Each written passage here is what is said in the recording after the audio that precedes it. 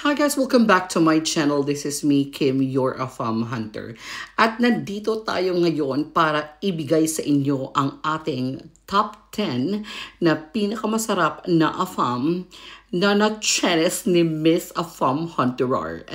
Carry nyo ba? O bet nyo ba? So, these are like my personal preference. Malay mo, ito din ang mga bet ninyo sa mga eksena. So at number 10 nga, na-met natin si Mr. Universe in El Salvador. So we had a very nice date. Actually, hinatid niya pa ako sa bar na kung saan nagstay yung mga friends ko. And of course, he knows that it was like a gay bar. So parang nagtaka siya after that. Doon ko din na-realize na parang, ay oo nga, doon pala ako nagpahatid. So, sinabi ko na lang sa kanya because some of my friends are gay because we're here for Miss Universe. There's like makeup artists and everything. Sabi niya, it's okay, ganyan. So, hindi naman siya nagduda kasi nga, syempre naman, meron nga talagang notability na wala R. So, talagang puki R. Then, of course, at number 9 is Dr. John. Kakakilala nga lang natin kay Dr. John. So, it's my first time for a medical doctor. So, yun ang talak niya. Malay mo naman hindi. Baka inetchos lang tayo. Pero feeling ko totoo naman. It's because he has pictures of, wearing scrub suits and everything. So, and based sa kanyang mga chika, of course, totoo nga namang may knowledge siya about medicine. So, Talafar, Daxar, Cantutar, Malolor.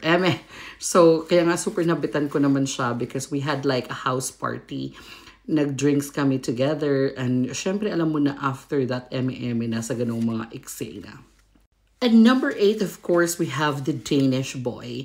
So, I've met the Danish boy in Croatia. And after that, actually, nagsunod-sunod na yung video calls namin.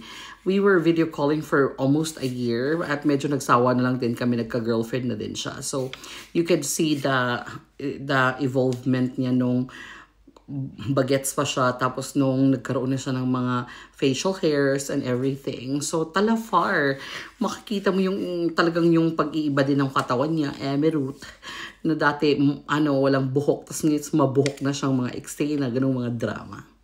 And number 7, of course, we have this surfer guy in batch 1. Sa ganung mga emote nga, super talafar nga naman talaga, super body. And he stayed in the White House in Tenerife. Doon kami nag-meet. At syempre, tawag dyan, natakot ako nung sumama ako because it was pandemic during that time. But he said that, I promise to bring you back because it was a little bit of the pandemic during that time. So after ng Cantutor, inuwi naman niya ako sa aming apartment, which is I was safe kasi may curfew nung time na yun eh. Kaya dapat walang nagtataxi, super lang yung talagang private cars. At number 6, we have Superman. Ito nga si Superman, ang super cutie guy na sobrang tangkad, na talafar, na perfect car, pati ang notability har. Kasi nga, yun ang pinaka-poging notress na na-sidecast sa buong buhay kas. Malalaman nyo na lang sa Telegram or subscribe nyo lang mga Mars. At number 5, we have Magic Mike. Natawag ko nga siyang Magic Mike kasi napaka-perfect naman ang booty at talafar ang notability. Sabi ko nga, itong batang to napaka-excited agad. Hindi pa nga siya naghuhubad. Talagang umano yung tarugo niya. Talagang super tigasar na agad. Sabi ko, ay, very excited naman siya. So, ganun talaga siguro when you are in your prime. Kaya talagang ready na siya. Kaloka. And number 4, we have Maluma lookalike na super talafar nga naman din talaga. Kamukha talaga ni Maluma. Sabi ko nga sa kanya, you really look like him. Sabi niya, really? Tapos sabi ko parang itong OMS na to hindi niya alam na super gwapo siya. But in reality talagang talafar. So pasok siya sa panlasa natin at number 4. And number 3, we have Mr. Football Player. Sabi ko nga, mahilig siya sa wetogar. Kaya pinagbigyan natin kaya paulit-ulit na nabitan tayisar. Kaya sabi ko nga, paulit-ulit din akong nakikipag-met sa kanya kasi talafar nga naman. I actually missed him. So, I don't know if we will still be able to meet again kasi yung number niya parang hindi na nag-ring. And Siguro nagpalit na siya ng number. Kaya nga, which is very sad. Eme lang, pero Talafar. Number 2 is napakabagong Eurasian na na-meet nating bagets na 19 years old. Super tangkadar at grabe firm na firm niya yung katawan niya. Ang laki ng shoulders.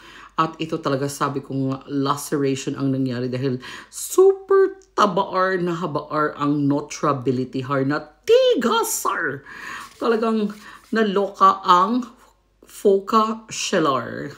Hindi kinayahar. Pero Talafar naman, sabi na it's worth the anes, the pain and pleasure. Eme. And of course, at our number 1 is Alaska Baby Boy. So, syempre, ito nga ang nabitan natin, di ba? Mahilig kasi tayo sa blonde, mahilig tayo sa maputing afam na super tangkadar, masarap din ang katawan at duck sa R. Siya talagang pinaka-perfect, actually. And yun na nga, nagka-girlfriend na siya.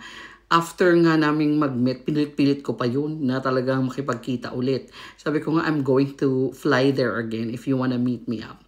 Pero, nagka-girlfriend na nga siya and everything. So, wala na. Ganun na nga lang ang nangyari. So, yun ang ating top 10 pinaka-talafar na Afamar ni Afam Hunterar.